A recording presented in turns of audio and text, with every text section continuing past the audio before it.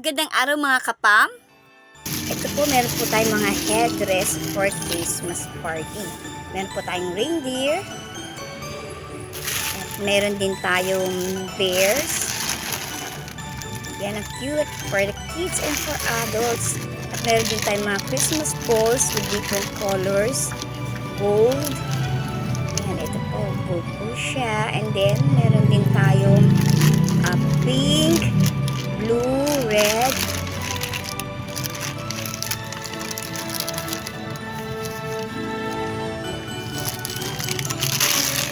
At meron din mga Santa figures na headdress.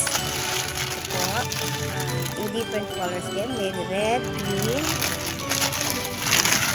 And then meron po tayo dito wreath na umiilaw with lights different colors.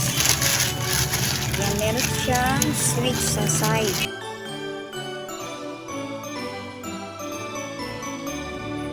And after you use it, pwede po natin gamitin as headdress. Pwede po natin i-display sa ating door for Christmas decors. Yan po ang ating mga headdress for Christmas. Merry Christmas in advance, kapam! Thank you for watching!